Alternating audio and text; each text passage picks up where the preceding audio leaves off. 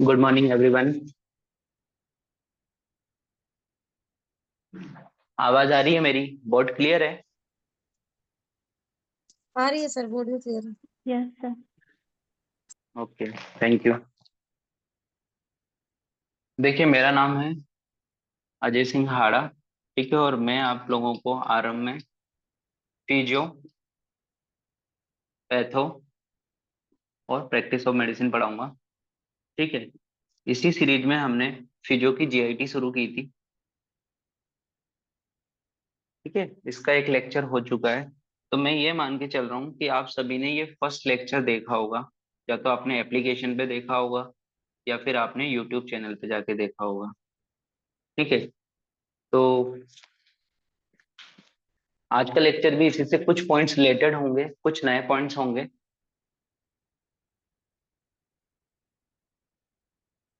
बाकी अगर आप लोगों ने प्री टेस्ट सीरीज ज्वाइन नहीं किए तो आज आप लोग उसको ज्वाइन कर लेना, क्योंकि उसके बाद उसमें कुछ चार्जेस लगेंगे, है ना। तो हम देखते हैं। हमने पहले पढ़ा था इंट्रोडक्शन टू जीआईटी। ठीक है, वहां पर हमने किस किस टॉपिक की बात की थी? वहां पे हमने क्या क्या देखा था? वहां पर हमने देखा था कि किस तरह से डाइजेशन की प्रोसेस होती है। ठीक है, और वहां पर कौन कौन सी अपनी जीआईटी जो एलिमेंट्री कैनाल होती है उसमें कौन कौन सी वॉल होती है, उसकी 4 वॉल्स के नाम देखे थे। और उनसे रिलेटेड उनके फंक्शंस के बारे में बात की थी। हमने पेस मेकर के बारे में भी बात की थी, है ना, पेस मेकर उसके बारे में देखा था। स्मूथ मसल्स की एक्टिविटी के बारे में पढ़ा था कि किस तरह से स्मूथ मसल एक्ट करती है, और इंटरस्टिशियल सेल ऑफ केहल किस तरह से काम करती है, जिसे हम पेसमेकर भी बोलते हैं, ऑफ जीआईटी। ठीक है, इसके अलावा हमने मोटर फंक्शन देखे थे, है ना, सेंसरी फंक्शंस की बात की थी। इसके अलावा हमने रिफ्लेक्सेस के बारे में भी बात की थी पिछले लेक्चर में, कि किस तरह से कौन कौन से रिफ्लेक्सेस होते हैं जो जीआईटी की मोटिलिटी को मेंटेन करने में हेल्प करते हैं, चाहे वो कॉन्ट्रेक्शन हो, चाहे रिलैक्सेशन हो, या प्रोपल्जन हो। फूड को कैसे मदद करते हैं आगे बढ़ाने में ना, पेरिस्टालसिस मूवमेंट को। ये हमने लास्ट क्लास में देख लिया था। आज जो अपना लेक्चर होने वाला है, हम यहाँ पर बात करेंगे एक मोटिलिटी फंक्शंस की, मोटिलिटी फंक्शंस ऑफ जीआईटी, जिनमें से आज हम कंप्लीट करेंगे ओरल कैविटी को, इसोफेगस को, फेरिंग्स को, इसोफेगस को, प्लस स्टमक का आज कुछ पार्ट लेंगे। बाकी हम कुछ पार्ट नेक्स्ट क्लास में लेंगे। तो ये आज का अपना लेक्चर होने वाला है। तो सबसे पहले मैं मेस्टिगेशन की बात करूंगा। मेस्टिगेशन क्या होता है, कोई बताना चाहेगा? मेस्टिगेशन, एनीवन? मेस्टिकेशन क्या होता है? ठीक है, हम जो फूड्स खाते हैं तो डायरेक्ट ऐसा तो होता नहीं कि हमने जो फूड खाया और सीधा हम उसको अ, सीधे डाइजेस्ट कर जाते हैं। सबसे पहले क्या करते हैं, हम फूड को जो करते हैं उसको च्यू करते हैं ना, उसको चबाते हैं। आपने भी सुना होगा ना, ऐसे अपने दादा दादी और सब लोग बोलते थे कि एक फूड को कितनी बार चबाना चाहिए, करीब 32 बार। ठीक है, तो हम यहाँ पे क्या प्रोसेस कर रहे हैं, प्रोसेस ऑफ मेस्टिगेशन करते हैं। ये एक फिजिकल डाइजेशन की प्रोसेस है। ठीक है, फिजिकल डाइजेशन की प्रोसेस होती है। इसके अंदर लिखिएगा आप, mastication is the mechanical process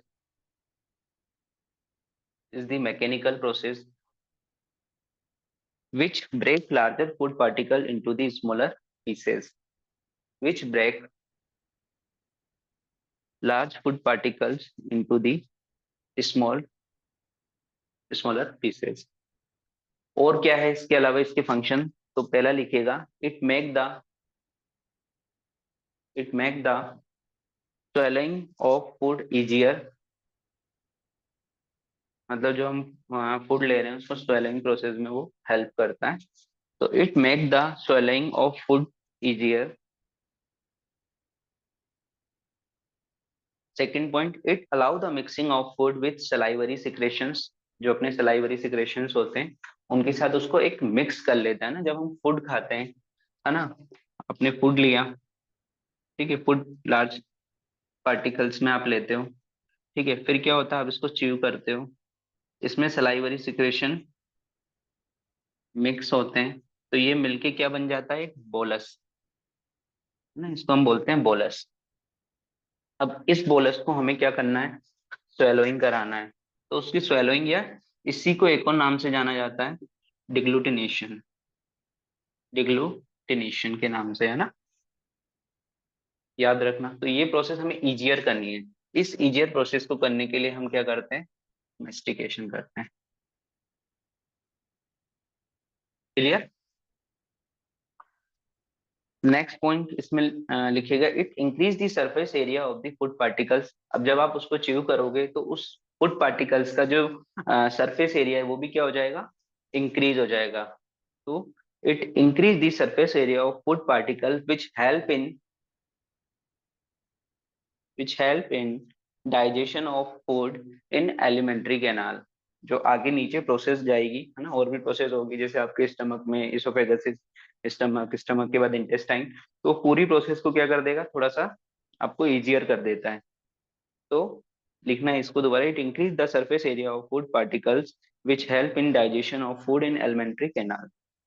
अच्छा, आपका एक एनाटोमी का क्वेश्चन आता है, ये कई बार पूछा जा चुका है कि मतलब कई एग्जाम में, ये तो यूनिवर्सिटी एग्जाम में भी पूछा जाता है कि मेस्टिकेशंस की मसल्स कौन कौन सी होती है। तो कौन बताएगा, आप में से किसी को याद है मसल्स, मेस्टिकेशंस मसल्स के बारे में? एनीबॉडी? कितनी होती है पहले तो संख्या में, मेनली चार होती है ना। कौन कौन सी? Lateral pterygoid muscle, medial pterygoid muscle, और टेम्पोरलिस मसल, और मेसेटर मसल। ये आप एनाटॉमी में पढ़ोगे वैसे, लेकिन याद रखना ये एमसीक्यू में पूछा जाता है। इनमें से एक मसल्स कोई और दे देंगे, या फिर इनमें से पूछ लेंगे, चारों में से पांच या छह मसल्स के नाम एक साथ दे दिए कि इनमें से कौन कौन सी है जो मसल्स ऑफ मेस्टिकेशन में यूज होती है। तो आपको पता होना चाहिए, lateral pterygoid, medial pterygoid, temporalis muscle and masseter muscle. ठीक है, नेक्स्ट लिखिए। अब हम क्या पढ़ रहे हैं, मेस्टिकेशन किया, तो अब हमने उस बोलस को, अब हमें क्या कराना है, swallowing करानी है ना। इस फूड को कहाँ ले जाना है, ओरल कैविटी से स्टमक की तरफ ले जाना है। ओरल कैविटी से स्टमक की तरफ फूड को ले जाना है। तो इस चीज का ध्यान रखना। नेक्स्ट टॉपिक है आपका डिग्लूटिनेशन।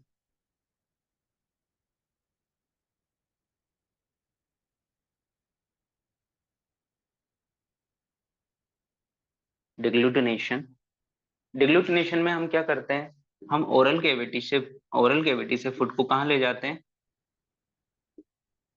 स्टमक की तरफ। ठीक है, तो इसकी डेफिनेशन लिखिएगा। डिग्लूटिनेशन, या स्लेस करके स्वेलोइंग लिख लेना, स्वेलोइंग। कई लोग इसकी स्पेलिंग गलत लिख देना, कुछ इसमें फर्स्ट ईयर के स्टूडेंट भी जुड़े हुए हैं, तो कई लोग स्वेलोइंग की स्पेलिंग ध्यान रखना है ना। और कई लोग इसको एग्लूटिनेशन समझ लेते हैं ना, ये डिग्लूटिनेशन की बात चल रही है। या कई बार आपने देखा होगा ना, कई बच्चे मैंने देखे हैं जो मतलब मेरे दोस्त वगैरह बताते हैं, जो कॉपी वगैरह चेक करते हैं, कि वो न्यूरॉन पूछा और नेफ्रॉन लिखाते हैं कई बार, मतलब लिख न्यूरॉन ही रहे हैं, लेकिन स्पेलिंग में वहां सब नेफ्रॉन करते हुए चले जाते हैं। ये कभी कभी मिस्टेक से हो जाता है, तो ये सब चीजें आपको नहीं करनी है ना।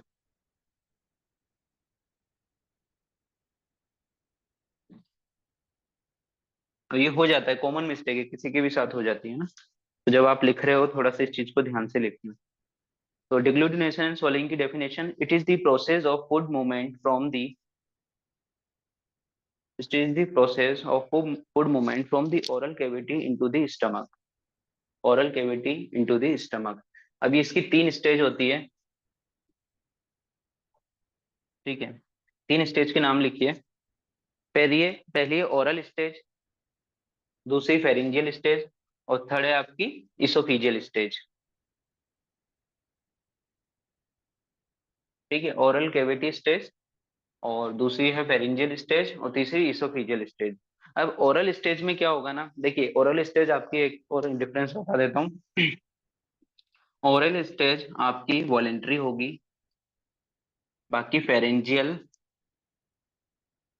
एंड आपकी इसोफिजियल स्टेज, ये दोनों ही कैसी होगी, इनवॉलेंट्री।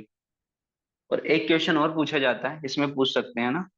एक क्वेश्चन ये कि डिग्लूटिनेशन की स्टेज को कितना टाइम लगता है होने में। तो ये लेती है 10 to 12 सेकेंड। 10 to 12 सेकेंड, ये पॉइंट भी याद रखना। ओरल स्टेज के अंदर लिखिएगा। देखिए ओरल स्टेज में क्या होगा, अब हमें फुड को क्या करना है, अंदर की तरफ लेना है ना, अंदर की तरफ। तो टंग का हमेशा जो मूवमेंट होता है वो कैसा होता है, अपवर्ड एंड बैकवर्ड। मतलब आप जब फूड लोगे तो टंग कैसी होती है, थोड़ा सा अपवर्ड जाएगी और फिर उसके बाद में बैकवर्ड जाएगी। तो फूड को कहाँ लेके जाएगी, ओरल कैविटी से फेरिंग्स की तरफ। ठीक है, अब फेरिंग्स में क्या होगा, फेरिंग्स में कुछ रिफ्लेक्शन के लिए कुछ होते हैं, जैसे हम टॉन्सिलर पिलर के नाम से जानते हैं ना, टॉन्सिलर होते हैं। इसके अंदर क्या होते हैं, टॉन्सिल्स के अंदर म्यूकोजा के फोल्ड होते हैं। ये म्यूकोजा के फोल्ड क्या करते हैं, सेंस करते हैं अच्छा कोई चीज अंदर आ रही है। तो ये क्या होते हैं, म्यूकोजा के फोल्ड टर्न आउट हो जाते हैं, है ना। मैं बताऊंगा कैसे टर्न आउट होते हैं। तो ये क्या करते हैं, एज ए रिफ्लेक्स का काम करते हैं, और ये स्वेलोइंग सेंटर होते हैं, वहां पर रिफ्लेक्स को सेंड करते हैं। स्वेलोइंग सेंटर कहाँ पे होते हैं, ये क्वेश्चन आ सकता है। स्वेलिंग सेंटर आपके होते हैं मेडुला में। ठीक है, आपने सुना होगा ना एक मूवी है क्रांतिवीर। क्रांतिवीर मूवी में क्या बोलते हैं कि किधर नहीं मानना, इधर धनिया, क्या नाम है उसमें, धनिया, इधर नहीं मानना, इधर क्या है, छोटा मगज होता है। हाँ, तो छोटा मगज आपका इसको बोलते हैं मेडुला को, है ना। मतलब बोलते तो सेरिबेलम को, अगर आप दूसरी तरह से सोचो तो सेरिबेलम है, अगर हम एनाटोमिकली सोचें। बट वो कहीं ना कहीं हम इसको भी बोलते हैं ना। तो इसमें क्या होता है मेडुला में, मेडुला, यहीं पे आपको क्या मिलेंगे, ब्रीथिंग सेंटर मिलेंगे। यहीं पे आपको क्या मिलेंगे, यहीं पे आपको स्वेलोइंग सेंटर देखने को मिलते हैं। यहीं पे इसमें क्या होते हैं, ब्रीथिंग सेंटर होते हैं, और यहीं पे आपके स्वेलोइंग सेंटर होते हैं।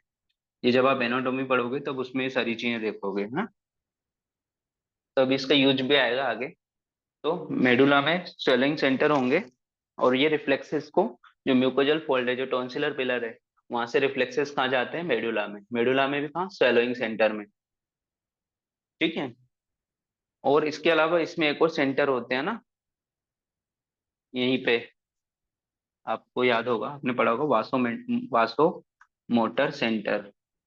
ठीक है, जो हार्ट को और किसको कंट्रोल करते हैं, ब्लड वेसल्स को। तो यही सब मिला के क्या बोलते हैं भाई, कि यहाँ क्या है, छोटा मगज है। सुना होगा ना वर्ड मूवीज में। तो इस पे नहीं मानने का, तो वही ना।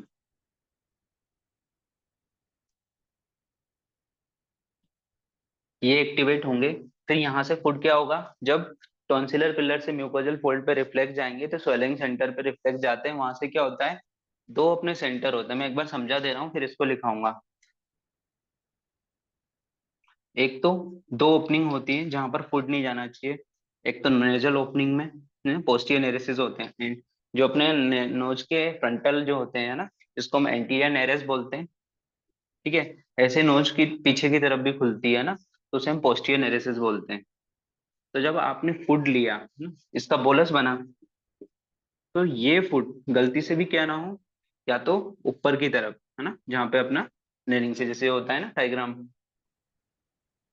ठीक है, अभी मैं ऐसे ही बना दे रहा हूँ। ये यहाँ पर ये फूड इस तरफ भी ना जाए, ठीक है, और ये फूड इधर ट्रेकिया और इसोफेगस की तरफ। तो ये फूड कहाँ ना जाए, ट्रेकिया में भी ना जाए। तो एक इपिग्लोटिस होता है अपना, वो क्लोज होगा। अभी मैं इसके बारे में पूरा बताऊंगा। एक मैं जनरल, अभी जनरल आपको इंट्रोडक्शन दे रहा हूँ। तो वो इसको बंद करके रखता है, जिससे कि फूड कहाँ जाए, ओनली ऑन इसोफेगस की तरफ जाए। ठीक है, इसोफेगस कई लोग ओ से भी लिखते हैं, कई लोग ई से भी लिखते हैं, तो जो आपको सुटेबल हो आप वैसे लिख सकते हो ना। दोनों स्पेलिंग सही है।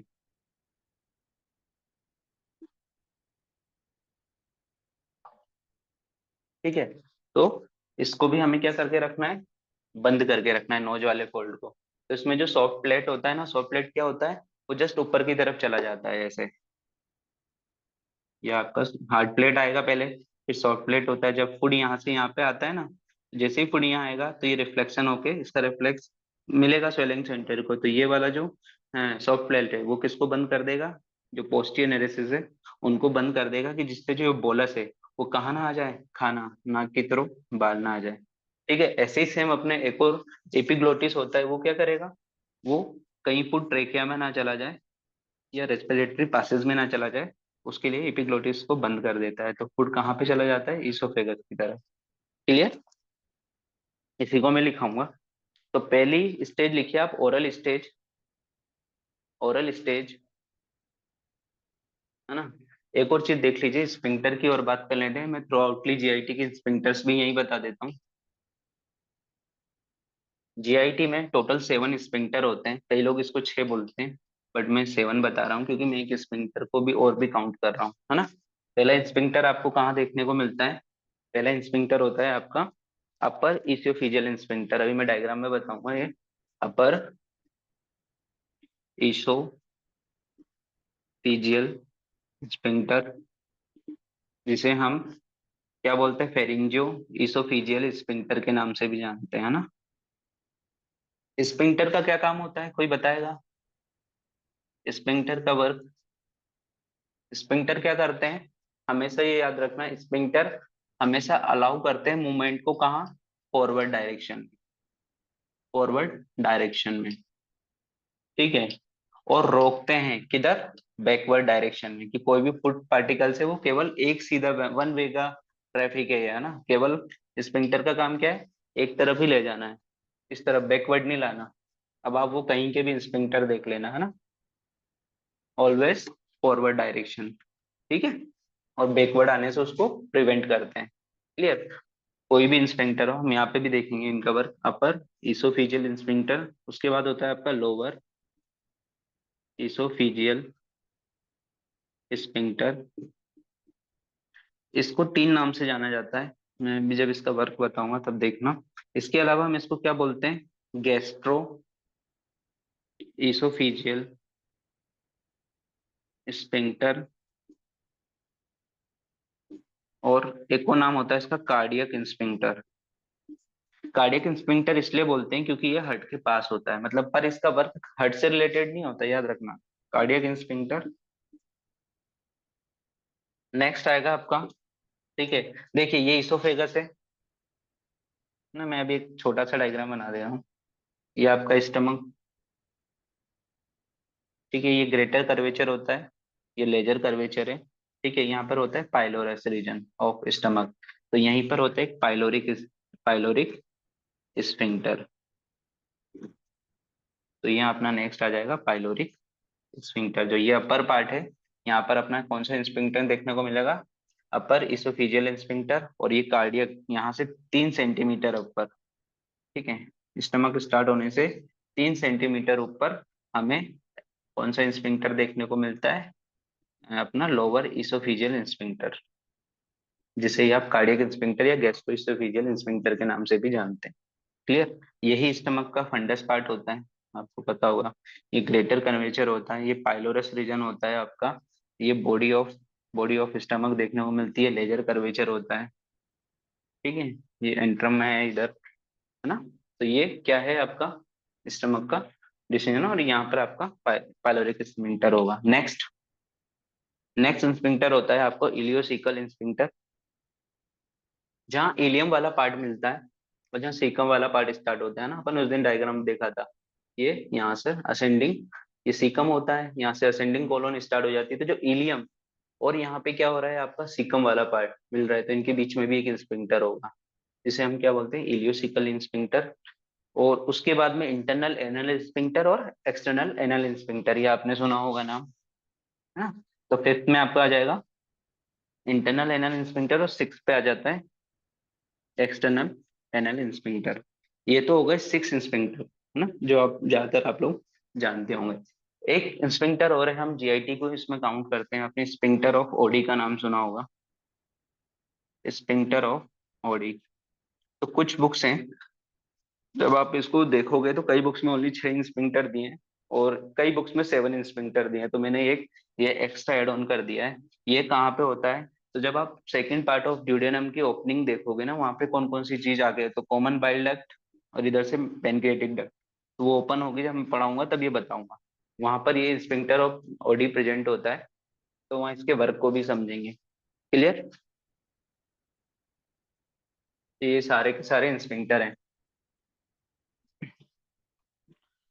ये अभी अपने लेक्चर्स में मदद करेंगे सारे। ओके। जिसको जहाँ पे भी डाउट हो वो क्लियर कर लेना, पूछ लेना, है ना। वैसे कोशिश करना कि अगर कोई बेसिक डाउट हो तो वो लास्ट में कोशिश करो, लेकिन कोई जनरल डाउट आ रहा है किसी चीज से तो बीच में भी पूछ सकता है। ओरल स्टेज की बात कर रहे हैं, तो ओरल स्टेज में आपने क्या किया, फूड को च्यू किया, उसका बोलस फॉर्म किया, उसमें जूसेस मिक्स हुए, सलाइवरी जूसेस या सलाइवरी सिक्रेशंस।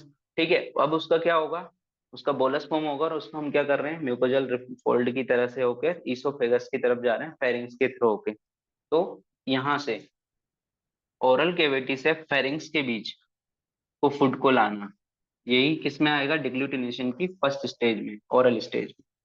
इसके अंदर लिखेगा, once the food is chewed thoroughly and mixed with the saliva, it's ruled into a bolus. It's ruled into a bolus.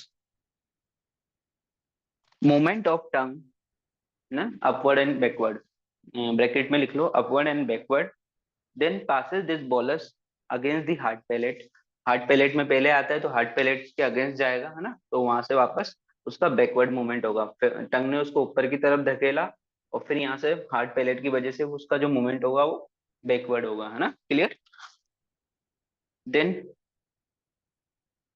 press the bolus against the hard plate. The bolus is pushed into the pharynx और यहाँ से वो pharynx की तरफ push out कर दिया जाता है, into the pharynx, and then pharyngeal stages begin. अब यहाँ से अपनी कौन सी स्टेज बिगेन हो जाएगी, pharyngeal स्टेज।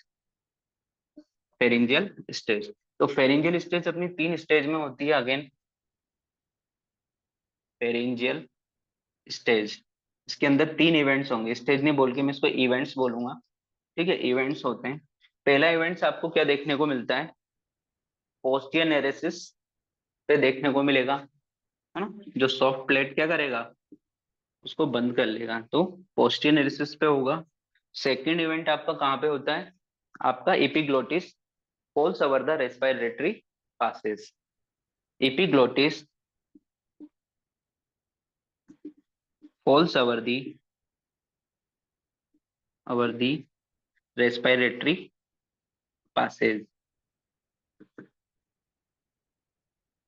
और थर्ड मूवमेंट होता है palato pharyngeal movement. Palato pharyngeal fold, है ना, जो मैं अभी बता रहा था उसका मैं लास्ट में बताऊंगा। पैलेटोफेरिंजियल फोल्ड में होता कुछ नहीं है, जो म्यूकोजल फोल्ड है वो ऐसे मान लीजिए इस डायरेक्शन में अभी है ना, तो वो इंटरनली क्या करेंगे, एक ऐसा गैप बना लेंगे। ऐसा गैप बनाने से क्या फायदा होगा, एक नैरो पासेस क्रिएट होगा और वो क्या करेगा, जो फूड है उसको धकेलेगा किस तरफ, ओनली ऑन सीधा इसोफेगस की तरफ। वो ये नहीं चाहेगा कि फूड क्या इधर जाए उधर जाए। ठीक है, और एक नेरो पासेस बनाता है जिसे हम सजाइटल स्लिट के नाम से भी जानते हैं। सजाइटल स्लिट मतलब एक छोटा सा स्पेस, वर्टिकल स्पेस, है ना। तो स्पेस होगा तो वो सीधा जो फेरिंग्स है ना, वो फुट कहाँ पे धकेलने की कोशिश करेगा, सीधा सीधा इसोफेगस में। तो वो फोल्ड ऐसे हैं और ड्यूरिंग दी वो फोल्ड क्या आ जाएंगे, मीडियल लाइन में आ जाते हैं, ऐसे मीडियली कलेक्ट हो जाते हैं। तो एक क्या नेरो पैसेज बन रहा है, तो ये नेरो पैसेज जो बनेगा, है ना, दोनों के बीच में एक गैप बनेगा और वो फूड कहाँ चला जाएगा, इसोफेगस की तरफ चला जाएगा। ठीक है, इसीलिए हम बोलते हैं ना कि जो फूड है उसको चबा चबा के खाना चाहिए, 32 बार चबा के खाना चाहिए, वो इस वजह से, पैलेटोफेरिंजियल फोल्ड की वजह से।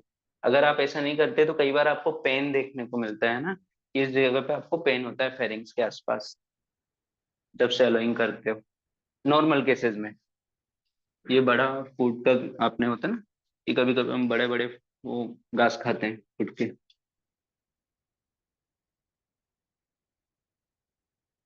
छोटे छोटे पीसेस करके खाना चाहिए फूड का, इसीलिए बोला जाता है जल्दी जल्दी नहीं खाना चाहिए ना। तो इसी को लिखवा रहा हूँ मैं, pharyngeal stage. Now the process become involuntary. पहली कंडीशन ओरल तक तो क्या था, वॉलेंट्री थी, अब यहाँ से इनवॉलेंट्री प्रोसेस हो गई है, दोनों में ही है ना, इसोफेगस में भी इनवॉलेंट्री प्रोसेस होगी। The event in this stage, the event in this stage ensure that the food particles do not regurgitated. मतलब ऐसा ना हो कि जो फूड है, अगर अभी स्लिट नहीं बनती तो क्या हो सकता था, ठीक है, फूड वापस आ सकता था। ठीक है, और अब वो क्या करेगा, सीधे उसको नीचे की तरफ पुश आउट करेगा, है ना। Does not regurgitated from the nose और इंटायर रेस्पिरेटरी ट्रैक्ट। पहला तो कहाँ आ जाए, ऐसा ना हो जाए कि आपका वो नोज की तरफ चला जाए, ये ऐसा ना हो जाए कि वो रेस्पिरेटरी ट्रैक्ट की तरफ चला जाए, ये ऐसा भी ना हो जाए कि वो वापस कहाँ आ जाए, बाहर आ जाए। तीनों ही केसेस में हम जो फेरिंजियल स्टेज पढ़ रहे हैं, इसमें तीनों जगह का ध्यान रखा गया है। किस किस का? एक तो नोज की तरफ से बाहर ना आ जाए, एक रेस्पिरेटरी ट्रैक्ट में ना चला जाए, या फिर वापस मुंह से एकदम से बाहर। कई बार हो जाता है कई लोगों को, ठीक है, खाया और एकदम से बाहर निकल गया।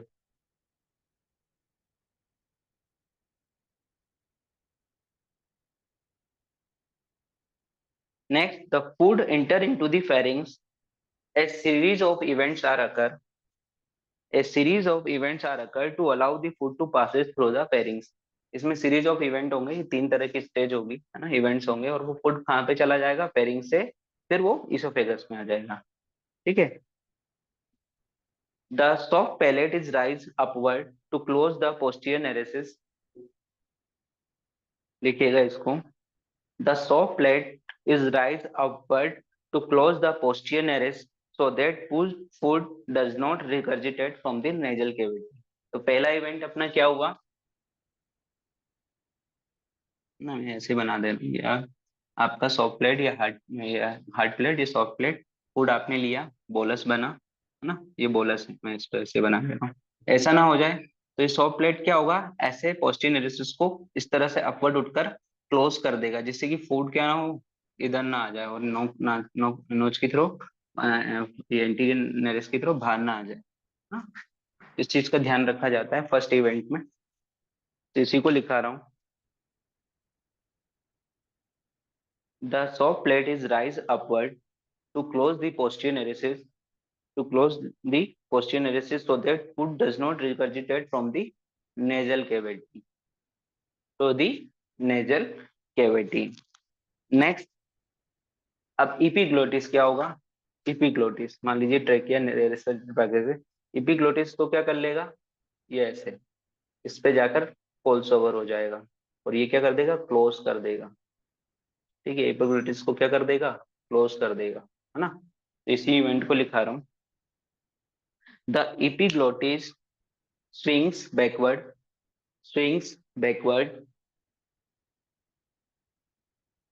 over the opening of larynx, ना, ओपनिंग ऑफ larynx, larynx आ गए यहाँ पे, ठीक है, opening of larynx, vocal cord are pulled medially to close the laryngeal opening। और vocal cord क्या हो जाएगा यहाँ पर, पुलिंग द मीडियली, है ना, मीडियली चला जाएगा। Clear. Next, this change prevent entry of food this change prevent entry of food particle into the respiratory passes, into the respiratory passes। तब यहाँ से क्या होगा, ट्रेकिया में नहीं चला जाए, है ना, यहाँ से लंग्स में ना चला जाए, है ना। तो इस सब प्रिवेंट को, इसको रोकने के लिए, इसको प्रिवेंट करने के लिए हम इसको ही क्या कर देते हैं, क्लोज कर देते हैं। सेकेंड इवेंट होगा ये फेरिंग्स में। नेक्स्ट, द पैलेटोफेरिंजियल फोल्ड, है ना, ये पैलेटोफेरिंजियल फोल्ड यहाँ पर प्रेजेंट होंगे on each side of pharynx, on each side of pharynx, है ना, दोनों तरफ होंगे, ईच साइड ऑफ फेरिंग्स देखने को मिलेंगे हमें। Are pulled medially to approximately each other, है ना। अब क्या होगा, दोनों इस तरह से साइड से होंगे, और जैसे फूड आएगा तो ये मीडियली साइड में चले जाएंगे और एक नेरो गैप बना देंगे, जिससे क्या होगा, एक, है ना, दोनों ऐसा लगेगा कि आपस में मिले, बट आपस में नहीं मिले रहेंगे, थोड़ा दूर दूर होंगे, एक नेरो गैप बनेगा, और फूड को क्या होगा, सीधे एक सीधे डायरेक्शन में जाए फूड, कहाँ पे, इसोफेगस में। क्लियर। तो इसी चीज को लिखा रहा हूँ। The palatopharyngeal fold in each side of pharynx are pulled medially to approximately each other। The fold form the folds form a sagittal slit। The folds form a sagittal slit through which the food must passes into the posterior pharynx। Through which the food must passes into the posterior pharynx, है ना। यहाँ से posterior pharynx में आ जाएगा और सीधा सीधा oesophagus के लिए चला जाएगा। क्लियर। यहाँ तक में किसी को कोई प्रॉब्लम? थोड़ा सा ये वैसे ही है ना, क्या कई लोगों ने इसको पढ़ा होगा, आप लोगों को इसने मतलब समझा होगा, लेकिन कुछ चीजें होंगी, जैसे अभी हमें इसका इसमें बताऊंगा, इसमें नर्व इन्वॉल्वमेंट बताएंगे कि कौन कौन से इस रिफ्लेक्शन में मदद कर रहे हैं, तो उससे और एक थोड़ा सा आइडिया लगेगा आपको। क्लियर। तो इसी लाइन को, this fold form A sagittal slit through which the food must passes into the posterior pharynx. ठीक है, अब यहाँ पे क्या होगा, opening of oesophagus, opening of oesophagus होगा। जैसे ही इसोफेगस की ओपनिंग होगी, यहाँ पर आपका क्या होगा, अपर इसोफिजियल स्फिंक्टर, जिसे हम दूसरे नाम से भी जानते हैं, फेरिंजियो इसोफिजियल स्फिंक्टर के नाम से भी जानते हैं, है ना। तो ये यहाँ पर देखने को मिलेगा। अब ऑटोमेटिकली जब फेरिंग्स में फूड आएगा, फेरिंग से फूड आएगा, पोस्टीरियर फेरिंग से फूड आएगा, तो इसोफेगस नॉर्मली क्या हो जाएगी, ओपन होने लगेगी। यहाँ से क्या होने लगेगी, ओपन होने लगेगी। तो इसके अंदर लिखिएगा, opening of the esophagus is pulled up and enlarged, is pulled up and enlarged at the same time the upper esophageal sphincter are relaxed, है ना। ये रिलैक्स होंगे जब भी तो फूड अंदर जाएगा। नॉर्मली ये क्या होते हैं, कॉन्ट्रैक्ट होके रखते हैं, जिससे क्या हो, कोई भी अपर ऊपर में मूवमेंट ना हो जाए ना, रिगर्जिटेशन ऑफ फूड ना हो जाए। वैसे नॉर्मली ये कॉन्ट्रैक्ट रहेंगे, लेकिन जब इनको पता चलेगा कि क्या होगा, फेरिंजियल रिफ्लेक्स स्वेलिंग सेंटर को क्या भेजेगा, रिफ्लेक्स सेंड कर ही रहा है। जैसे ही पोस्टीरियर फेरिंग्स में खाना आएगा, तो ये जो स्फिंक्टर थे जो कॉन्ट्रैक्ट होके रखते थे, वो कैसे होने लगेंगे, रिलैक्स होने लगेंगे। और फूड कहाँ आने लगेगा, इधर आने लगेगा। क्लियर। इसी लाइन को लिखा रहा हूँ, दे अलाउ टू फूड, दोबारा बोल रहा हूँ, the opening of the oesophagus is pulled up and enlarged at the same time the upper esophageal sphincter is relaxed, and those allowing the food to move easily and freely from posterior pharynx into the upper esophagus, from posterior pharynx to upper esophagus. A wave of contraction began in pharynx. तो एक wave, देखिए wave of contraction देखने को मिलेगा हमें इसमें, है ना। यहाँ से आपका क्या शुरू हो जाता है, वेव ऑफ कॉन्ट्रेक्शन। और वेव ऑफ कॉन्ट्रेक्शन का मैंने आपको बताया था, डायरेक्शन हमेशा ओरल केविटी से एनाल कैनाल की तरफ होगा। याद आ रहा है थोड़ा बहुत प्रीवियस लेक्चर का, जहाँ पर हमने देखा था जो पेरिस्टालसिस मूवमेंट है, वो हमेशा किस डायरेक्शन में होते हैं, अपना ओरल केविटी से एनाल कैनाल की तरफ। तो यहाँ पे भी फर्स्ट वेव ऑफ फॉर्मेशन हो रहा है ना, कॉन्ट्रेक्शन हुआ, और ये फुट क्या करेगा, ये आगे की तरफ धकेलेगा। यहाँ से फुट को क्या करेगा, पुश आउट करेगा, ये वेव ऑफ कॉन्ट्रेक्शन आएगा जो। क्लियर। ये वेव ऑफ कॉन्ट्रेक्शन की वजह से फुट कहाँ जाएगा, आगे की तरफ। तो आपने एक चीज और ध्यान से सुनी होगी, जब आप खाना खाते हो तो अपने पेरेंट्स हैं या कुछ भी कहते हैं कि हमेशा खाना कैसे, या तो बैठ के खाओ, है ना। ऐसे नहीं है कि कुछ भी कर रहे हो लेट के खाना खा रहे हो, है ना। ऐसे नहीं खाना है खाना हमेशा, क्यों, क्योंकि यहाँ वेव ऑफ कॉन्ट्रेक्शन का तो रोल है ही, साथ में आपका ग्रेविटी का भी रोल आएगा आगे, है ना। यहाँ से यहाँ तक फुट को ले जाने में ग्रेविटी का भी रोल होता है, इस चीज का याद रखना। ठीक है। तो wave of contraction two types के होते हैं, इसोफेगस की बात कर रहा हूँ, कि एक तो प्राइमरी जो स्टार्ट हुआ है वहीं से, वही वेव ऑफ कॉन्ट्रेक्शन होता है। इसमें एक और वेव ऑफ कॉन्ट्रेक्शन होता है, सेकेंडरी वेव ऑफ कॉन्ट्रेक्शन। मान लीजिए प्राइमरी वेव ऑफ कॉन्ट्रेक्शन हुआ, और जो बोलस है, फूड है, ये यहाँ से कहाँ पे आ गया, अपने स्टमक में। यहाँ से इसको फूड को क्या लिया, अभी मैं इसकी भी बात करूंगा। ये फूड कहाँ आ गया, आपके स्टमक में। बट मान लीजिए कभी कभी क्या होता है, कुछ फूड का कुछ अमाउंट क्या होता है इसोफेगस में बच जाता है, तो उसके लिए अपने शरीर में या अपनी बॉडी में क्या होता है, सेकेंडरी वेव फॉर्मेशन होता है, specially in case of oesophagus.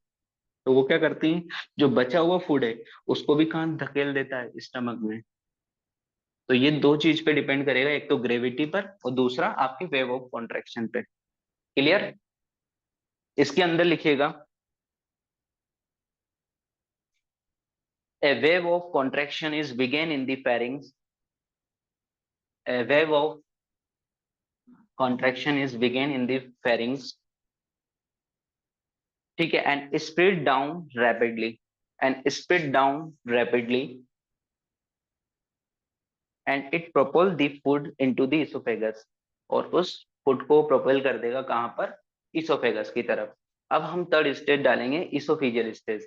But उससे पहले हम क्या करेंगे, फेरिंजियल स्टेज की नर्व के बारे में समझेंगे। ठीक है, जहां से क्वेश्चन बनेगा। तो याद रखना, जो सेंसरी मेंटेन करके रखेगा, सेंसरी रिफ्लेक्स का काम करता है, वहां पर आपकी क्रेनियल नंबर यूज में आएगी, क्रेनियल नर्व, है ना। उसका कौन सा नंबर यूज में आता है, आपका 9th and 10th cranial nerve use में आती है, जो सेंसरी फंक्शन, जो रिफ्लेक्स को एज ए अफेरेंट काम करेगा और ये स्वेलिंग सेंटर तक लेके जाएगा। मान लीजिए आपका हायर सेंटर है मेडुला, मेडुला में जो एफरेंट, रिफ्लेक्स में क्या होता है, दो ही चीज होती है, मैं कई बार बता चुका हूँ। रिफ्लेक्स के अंदर एक पथ फॉर्मेशन होता है, ठीक है, उसमें से ये जो भी है ऑर्गन है ना, एक ऑर्गन मान के चल रहा हूँ एग्जाम्पल के लिए, इससे एफरेंट नर्व्स निकलती हैं। और जहां भी हमें चाहिए, मान लीजिए कोई हायर सेंटर है, अभी हायर सेंटर की बात करें तो इसी का एग्जांपल लेते हैं, स्पेशली मेडुला, मेडुला में भी क्या है अपना स्वेलिंग सेंटर, तो यहाँ से क्या करेगा, सेंसरी नर्व के थ्रू लेके जाएगी, तो इसमें मदद कौन करेगा इन केस ऑफ फेरिंजियल रिफ्लेक्स के रूप में, तो 9th एंड 10th यानी वेगस नर्व और ग्लोसोफेरिंजियल नर्व, ठीक है। और यहाँ से जब हम लेके आएंगे ये इफरेंट ना, यहाँ से इफरेंट इसके लिए, इसमें कौन सी फेरिंजियल रिफ्लेक्स में मदद करती है, तो इसको ही लिखवा रहा हूँ, लिखिए पहले इसको। तो सेंसरी सिग्नल, हेडिंग डालिए आप, हेडिंग डाल के लिखिए, nerve nerve control of pharyngeal pharyngeal stage, nerve control of pharyngeal stage. Pharyngeal stage is reflexly initiated by reflex is initiated by stimulation of receptor in pharyngeal, particularly in the tonsillar pillar. मैंने बताया था ना, tonsillar pillar में क्या होता है, mucosal fold होते हैं ना, वो म्यूकोजल फोल्ड क्या करते हैं, जब फूड आने वाला है, उसने देखा अच्छा फोल्ड को फेरिंग्स में आ रहा है, मतलब उसने उसको सेंस कर लिया, टॉन्सिलर फोल्ड है वो, है ना, टॉन्सिलर पिलर में म्यूकोजल फोल्ड है, वो क्या करेंगे, इसको सेंस कर लेंगे। अब ये सिग्नल कहाँ भेज देंगे, मेडुला में स्वेलोइंग सेंटर को, कि क्या करना है, अब इसोफेगस को ओपन करना है, सारे सेंटर है ना, सब एक साथ काम होता है, जितनी भी प्रोसेस बताई वो एक साथ चलती है ना। फिर वहां से अपने सिग्नल गए, फिर वहां से इफरेंट के थ्रू क्या आएंगे, सिग्नल आएंगे इफरेंट नर्व के थ्रू, ठीक है। तो उसी चीज को लिखा रहा हूँ, सेंसरी सिग्नल के अंदर pharyngeal stage is reflex initiated by the stimulation of receptor in pharynx, specially कौन से receptor, particularly in the tonsillar pillar में जो रिसेप्टर होंगे उसमें जाएगा। याद रखना, क्वेश्चन पूछा जा सकता है, एमसीक्यू बन सकता है, टॉन्सिलर पिलर कौन से, इसमें जो रिसेप्टर होते हैं वो किसके लिए होते हैं, तो फेरिंजियल रिफ्लेक्स के लिए रिफ्लेक्स होते हैं। अगर कोई अच्छा क्वेश्चन पूछेगा तो पूछ सकता है जीआईटी से। Impulse are transmitted through the sensory portion of ninth and 10th cranial nerve to the medulla to the medulla, ठीक है। अब क्या होगा, इसमें जो स्वेलिंग सेंटर है वहां से क्या रिप्लाई आएगा, तो swallowing centre, the area in medulla and lower pons that control the swallowing are collectively called is a deglutition and swallowing centre, है ना।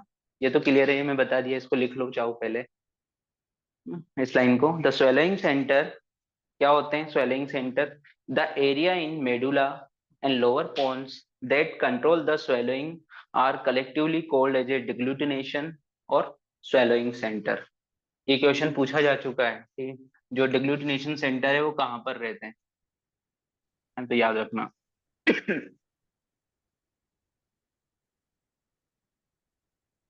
Next, motor signals.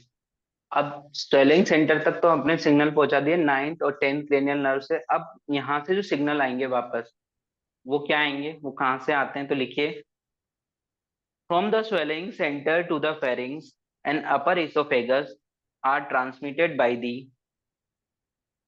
Are transmitted by the 9th and 10th and 12th cranial nerve, 9th, 10th and 12th cranial nerve। तो यहाँ पर आपने सुना भी होगा ना, इनके नर्व के थ्रू सिग्नल वापस आते हैं, they execute the changes is mention, और जितने भी अपने अभी चेंजेस मेंशन किए ऊपर वो सारे जो चेंजेस है वो cranial nerve 9th 10th and 12th nerve मिलके कराती है। तो याद रखना, केवल दो नर्व है आपकी जो सिग्नल को लेके जा रही हैं, और तीन नर्व है जो सिग्नल को लेके आ रही है ना। अब एक कंडीशन होती होगी, आपने डिग्लूटिनेशन एपनिया का नाम सुना है होगा। डिग्लूटिनेशन एपनिया मतलब क्या होता है, जब आप स्वेलोइंग करते हो तो कुछ 1 से 2 सेकंड के लिए, 1 से 2 सेकंड के लिए ब्रीथिंग स्टॉप हो जाती है, जिसे हम बोलते हैं डिग्लूटिनेशन एपनिया। ये अप्लाइड फिजियोलॉजी का पार्ट है ना। इसको हम डिटेल में पीएम वगैरह में तो पढ़ेंगे ही, अभी बस मैं यहाँ समझा दे रहा हूँ क्योंकि फिजियोलॉजिकली अप्लाइड हो रहता है।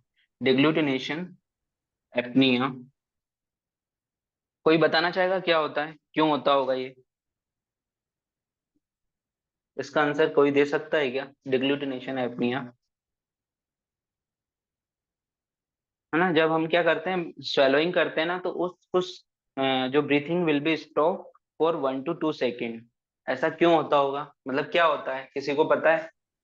तो एपिग्लोटिस बंद कर देता है ना। To prevent wood from passing into hmm, the respiratory tract. क्या? अच्छा, रेस्पिरेटरी बंद हो जाता है इसलिए ऐसा होता होगा ना। हाँ, उसमें फूड देख, फूड पार्टिकल ना जाए इसलिए। नहीं वो तो बंद और हो गया, पर एपिग्लोटिस क्यों? क्लोज हो क्यों जाता है। मतलब एपिग्लोटिस क्लोज हो जाता है, ये आंसर थोड़ा सा गलत है ना, मतलब दो क्यों गलत है इसको मैं वेरीफाई करता हूँ। ठीक है, कई बार ऐसा कोई पूछ लेता है, लेकिन ये मतलब कोई भी हो, मैं भी अगर आपकी जगह पे होता और मैंने ये पढ़ा नहीं होता तो यही मैं आंसर देता, है ना। तो इसके अंदर देखिएगा, मैं ऐसे समझा दे रहा हूँ यहाँ पर। ये आपका मेडुला है, मेडुला में यहाँ स्वेलिंग सेंटर है, इसका आंसर मेडुला से आएगा, यहाँ से नहीं आएगा ना। तो यहाँ पे आपका क्या है, ब्रीथिंग सेंटर, ब्रीथिंग सेंटर है, क्लियर। और ये आपका स्वेलोइंग सेंटर है।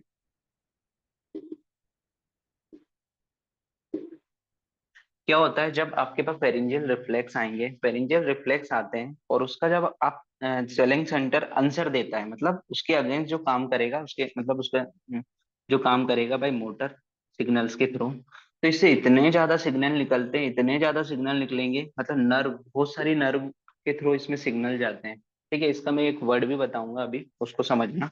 तो ये क्या होता है, कुछ सिग्नल्स कहाँ चले जाते हैं, ब्रीथिंग पे भी चले जाते हैं, ब्रीथिंग सेंटर पर, ब्रीथिंग सेंटर पर। तो ये एक अच्छा पॉइंट रहता है अपने लिए, जब बहुत सारे सिग्नल्स क्या होंगे, इनमें से कुछ सिग्नल्स ब्रीथिंग सेंटर पे चले जाएंगे, ओवरलैपिंग ऑफ सिग्नल्स हो जाता है। क्या हो जाता है, ओवरलैपिंग ऑफ सिग्नल्स ना। इसको मैं दूसरे वर्ड में बताऊंगा, अभी इसको लिखना मत, बस समझाने के लिए बता रहा हूँ। अपर लैपिंग ऑफ सिग्नल्स की वजह से जब स्वेलोइंग होगी, ये स्वेलोइंग की प्रोसेस यहाँ से होगी, तो क्या होता है, ब्रीथिंग सेंटर्स क्या होते हैं, 1 to 2 सेकेंड्स के लिए आपका ब्रीथिंग स्टॉप हो जाती है। ठीक है, और उधर क्या देखने को मिलता है, इपिग्लोटिस क्लोज हो जाता है। उसका मैकेनिकली आंसर है ये, वो तो कहाँ से हो रहा है, फेरिंग्स के थ्रू हो रहा है, तो ये आंसर मत बताना, ये वाला आंसर फिजियोलॉजिकल आंसर है। ठीक है, ऐसा इसकी वजह से होता है, over signal of overlapping of signals. तो इसको मैं लिखाता हूँ ना, उसके लिए जो वर्ड यूज किया है, सम स्पाइल अवर, सम स्पाइल अवर दी सिग्नल्स, इसके लिए वर्ड यूज होता है।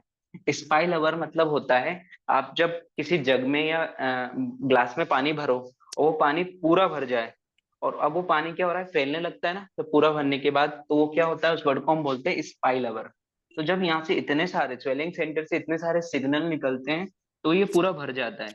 अब वो सिग्नल कहाँ चले जाते हैं, आपके ब्रीथिंग सेंटर पर, है ना।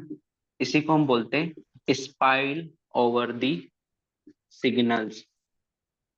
और ये क्या हो जाएगा, उस टाइम के लिए ब्रीथिंग स्टॉप कर देगा। क्लियर, समझ में आया। और इसी को हम बोल देते हैं डिग्लूटिनेशन एपनियम।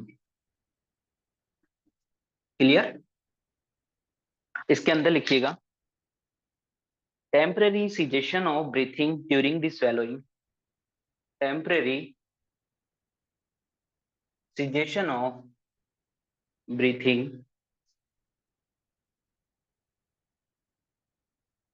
during swallowing, it is due to spill over of the impulse, It is due to spill over of the impulse to the respiratory center in the medulla. To the respiratory center in the medulla occur during the pharyngeal stage. Occur during the pharyngeal stage. Clear? अब यहां तक किसी को, अब हम आएंगे oesophageal stage में. कौन से स्टेज में? इसोफिजियल स्टेज में.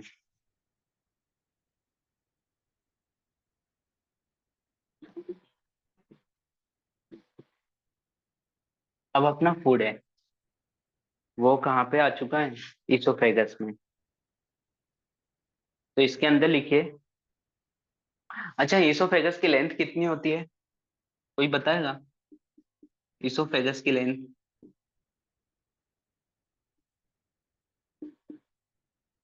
एनीवन? कोई भी जिसको याद है कोई भी बता सकता है. मतलब इसका कोई रिलेशन नहीं है, बट ये कभी कभी पूछ लेते हैं एग्जाम में, है ना. पुराने जो एग्जाम होते थे ना, आप पुरानी बुक्स में देखोगे ना तो इसी तरह के एमसीक्यू मिलेंगे. लेकिन अब पैटर्न चेंज हो गया है, अब जो मैं बता रहा हूँ उस तरह से एमसीक्यू बनते हैं. तो इसको पढ़ लेना, देख लेना, है ना. शायद आई थिंक 10 इंच या 25 सेंटीमीटर की समथिंग होता है. देख लेना, एक बार क्लियर कर लेना इसको ना. शायद गलत हूँ, एक बार क्लियर करना, है ना. तो इसोफेगस, अब इसके अंदर लिखिए इसोफेगस. मैंने बता तो दिया ही है ना फूड कैसे आता है. Oesophagus conduct the food from pharynx into the stomach. Oesophagus क्या काम क्या है? इस फूड को, जो बोलस है ना, यहाँ पर ये अपर इसोफेजियल स्फिंक्टर ओपन हुआ, रिलैक्स हुआ. अब फूड कहाँ आएगा अपने? इसोफेगस के अंदर. और यहाँ से इस फूड को, ये मान लीजिए LES है, लोअर इसोफेजियल स्फिंक्टर, ये 3 सेंटीमीटर का गैप है, और यहाँ से क्या हो गया आपका? स्टमक स्टार्ट हो गया. ठीक है. इस फूड को यहाँ पे लाना स्टमक में. यही क्या प्रोसेस है? डिग्लूटिनेशन की प्रोसेस थी. और उसमें से इसोफेगस हम थर्ड स्टेज देख रहे हैं, है ना. तो इसके अंदर लिखो esophagus conduct the food from pharynx into the stomach. The movement of food occur by two types of peristalsis. Two types of peristalsis exhibited by the esophagus. Exhibited by the esophagus. तो मैंने बता ही चुका हूँ इसमें 2 types के peristalsis होते हैं. एक प्राइमरी पेरिस्टालसिस जो कहाँ से? फेरिंग से स्टार्ट हुआ है, वो तो होगा ही. और दूसरा सेकेंडरी. ठीक है. तो सेकेंडरी में जो भी फूड बच गया, मान लो यहाँ पे कुछ फूड बच गया, तो सेकेंडरी वेव फॉर्मेशन के थ्रू वो फूड कहाँ जाएगा? स्टमक में. इसी लाइन को लिखवा रहा हूँ. The movement of food occur by 2 types of peristalsis exhibited by the oesophagus. ठीक है. अब हम इसकी नर्व सप्लाई देखते हैं. नर्व सप्लाई में क्या देखने को मिलेगा हमें? The motor impulse is transmitted by the 9th and 10th cranial nerve. The reflex is activated in the reflex is activated in and coordinated. Activated and coordinated. Coordinated किससे होगा? swallowing center के साथ में, है ना. तो coordinated with swallowing center. Clear? Next. अब food यहाँ तक आ चुका है, अब हम लोअर इसोफेजियल इंस्फिंक्टर की बात कर रहे हैं. तो लोअर इसोफेजियल इंस्फिंक्टर से रिलेटेड मैं कुछ पॉइंट बता दे रहा हूँ, और रिस्क से पूछा हुआ एक एमसीक्यू भी बता रहा हूँ. पहले उसकी डिस्कस करेंगे, फिर हम LES की बात करेंगे. LES ये याद रखना, केवल ये एक फिजियोलॉजिकल इंस्फिंक्टर है. Lower oesophageal sphincter is the physiological sphincter. इस वर्ड का केवल केवल ये मतलब है कि ये ओनली फिजियोलॉजिकली प्रेजेंट होता है, एनाटॉमिकली इसका कोई रिलेशन नहीं. मतलब ये एनाटॉमिकली प्रेजेंट ही नहीं होता है. Anatomically not present. जैसे हम देख रहे थे ना, ये इसोफेगस में, यहाँ पर आपको अपर इसोफेगस जो इसोफिजियल इंस्फिंक्टर वो इस तरह से देखने को मिलेगा. ठीक है. लेकिन LES, है ना, ये नहीं मिलता. तो इसको हम फिजियोलॉजिकल इंस्फिंक्टर के नाम से जानते हैं. क्या होता है ना, इसोफेगस में जब इसोफेगस हम नीचे की तरफ आते हैं, तो ये कुछ जो वॉल है इसोफेगस की, ये थोड़ी सी मतलब मोटी होती चली जाती है इस तरह से. ये यहाँ पर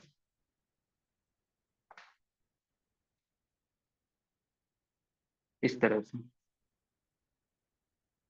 और मैंने स्पिंक्टर का आपको काम बताया है, ये कैसे रोके रखती है, अपने आप में कॉन्ट्रैक्ट होके रहती है, मतलब आराम से ये फोल्ड होके यहाँ पर बंद होके रहती है। और ये किसको प्रिवेंट करता है, एक तो क्या करता है, ये खाने को यहाँ से यहाँ लाने में मदद करता है, फॉरवर्ड मूवमेंट करता है। और दूसरा, रिगर्जिटेशन ऑफ फूड, स्टमक का फूड कहाँ ना चला जाए, ऊपर की तरफ ना चला जाए, है ना, इससे हमें बचाती है।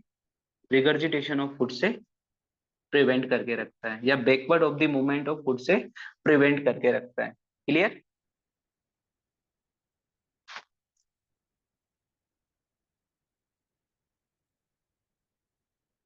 ना। ये क्या होता है, बस यहाँ पर एक थिकनेस देखने को मिलेगी ना, only thickness of the oesophageal wall की वजह से ये देखने को मिलता है। ठीक है, और इसका इंस्फिंक्टर जो वर्क है वो केवल केवल वर्क होता है ना, इसका इस work as a sphincter like work देखने को मिलेगा इसको ही, इसीलिए हम इसको क्या बोल देते हैं, फिजियोलॉजिकल स्पिंक्टर। ठीक है, तो ये एमसीक्यू पूछा जा चुका है कि मान लीजिए इनमें से कौन सा फिजियोलॉजिकल स्पिंक्टर है। ऑप्शन दे दिया आपको, अपर इसोफिजियल स्पिंक्टर, दूसरा लोअर इसोफिजियल स्पिंक्टर, थर्ड दे दिया आपको anal sphincter, external anal sphincter, और फोर्थ दे दिया आपको पाइलोरिक स्पिंक्टर। तो आपका आंसर क्या होगा, लोअर इसोफिजियल स्पिंक्टर। क्लियर। ये इसका नाम ने देखिए, इसके जो दूसरे नाम बताएं वो दे दिए।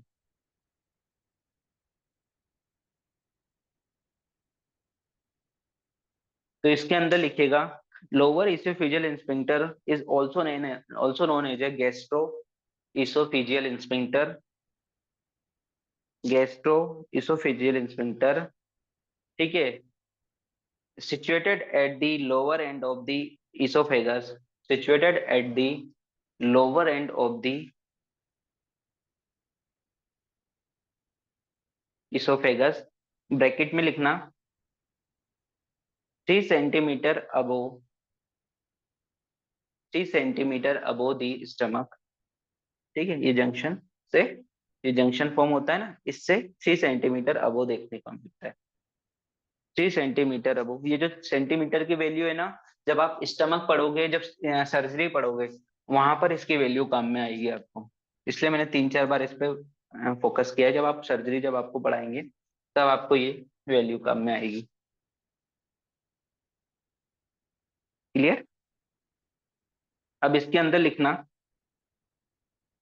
It is not a anatomical entity, it is not a anatomical entity, इसका आंसर मैं दे चुका हूँ।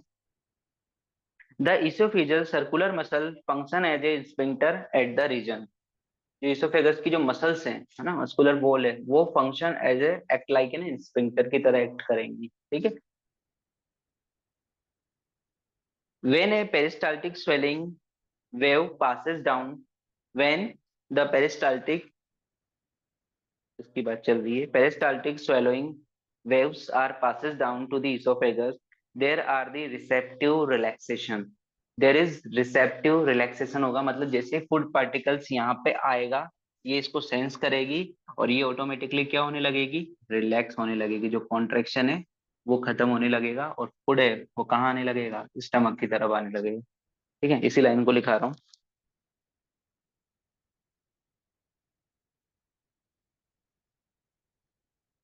When a peristaltic swelling wave passes down to the esophagus, there is a receptive relaxation of the lower esophageal sphincter, that the swallowed food passes easily into the stomach. That swallowed food passes easily to the stomach, and relaxation of lower esophageal sphincter, relaxation of lower oesophageal sphincter is mediated by the, मतलब अब इसको कौन mediate कर रहा है, इसके relaxation को। तो याद रखना, एक तो आपकी 10th क्रेनियल नर्व इसको मीडिएट करेगी, जिसे हम वेगस नर्व के नाम से जानते हैं। दूसरा, मैंने एक आपको वो बताए थे, न्यूरोट्रांसमीटर की बात चल रही थी, तो न्यूरोट्रांसमीटर में वीआईपी कर एक न्यूरोट्रांसमीटर का नाम बताया था, जो क्या करता है, किसमें मदद करता है, इसमें मदद कर रहा था, एज ए इनहिबिटरी न्यूरोट्रांसमीटर की तरह एक्ट कर रहा था, और ये इसको क्या कर देगा, रिलैक्स कर देगा, है ना। उस ट्रांसमीटर का नाम है वीआईपी। इसकी फुल फॉर्म लिख लेना जो लोग नए हैं वो, वासो एक्टिव इंटेस्टाइनल पेप्टाइड, वासो एक्टिव इंटेस्टाइनल पेप्टाइड। इसका एक और मैंने बताया था, जो आपको कई बार पूछा जा सकता है, क्या फंक्शन था इसका, कि ये ओवरऑल इनहिबिटरी का काम करता है, but in case of salivary gland ये एक्सक्रिएशन का काम, मतलब सिक्रेशन इंक्रीज कराने का काम करता है। तो ये भी इसका एक फंक्शन है, केवल और केवल सलाइवरी ग्लैंड के सिक्रेशंस में। क्लियर? वीआईपी, तो इस चीज को भी ध्यान रखना। नाउ अब हम देखते हैं इसकी अप्लाइड फिजियोलॉजी। अप्लाइड फिजियोलॉजी पूरे की डिग्लूटिनेशन की बात कर रहा हूँ, और इसकी एलिएस की। तो एलिएस को पहले देख लेते हो, आपने एक नाम सुना होगा, कई लोग उसको एक्लेसिया कार्डिया बोलते हैं, कुछ लोग उसको अचलेशिया कार्डिया बोलते हैं। तो आपको जो प्रोनाउंस करना है आप कर सकते हैं, एक्लेशिया कार्डिया या एचलेशिया कार्डिया। कोई बताना चाहेगा एचलेशिया कार्डिया में क्या होता है? वैसे सही प्रोनाउंस इसका एचलेशिया कार्डिया है ना।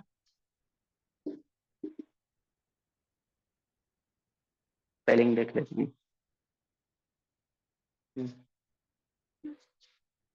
H achalasia cardia. Cardia word इसलिए कि ऐसा नहीं कि कार्डिया सिस्टम से रिलेटेड है, ये केवल और केवल किससे रिलेटेड है, आपका लोअर इसोफिजियल स्फिंक्टर से रिलेटेड होता है। और ये लोअर स्फिंक्टर का ही दूसरा नाम क्या है, कार्डियक स्फिंक्टर भी बोलते हैं, क्योंकि उसके पास नियर पास होता है हटके, तो इसका नाम कार्डियक स्फिंक्टर भी रख दिया है ना।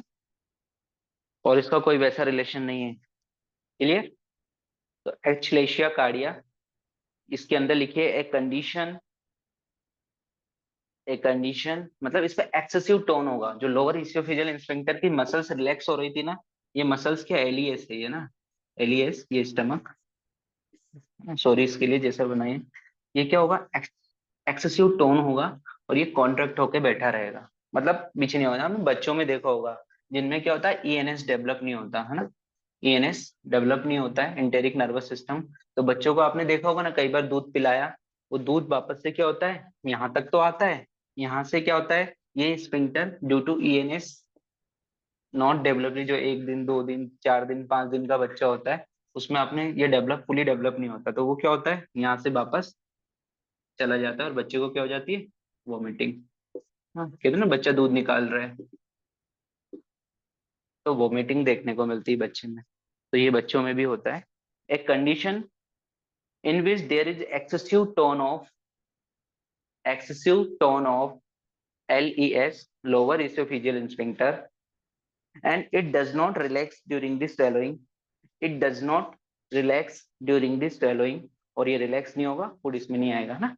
तो food accumulation in the oesophagus, उस टाइम के लिए फूड यहाँ पर एक्यूमुलेट होने लगेगा, और जब फूड एक्यूमुलेटेड होगा और वो नहीं होगा, तो वापस से पास आउट हो जाएगा। This condition is known as a achalasia cardia. This condition is known as a achalasia cardia. और अब हमने ये डिग्लूटिनेशन कंप्लीट कर लिया है।